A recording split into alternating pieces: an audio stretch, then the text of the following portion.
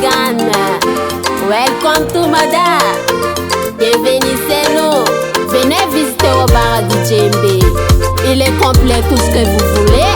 Bonne soirée. Ki hatu madamu bamine hane ha. Tira hata unole famala yampenga. Petit akora tofa lomiza antena. Le te charatino da fatiza.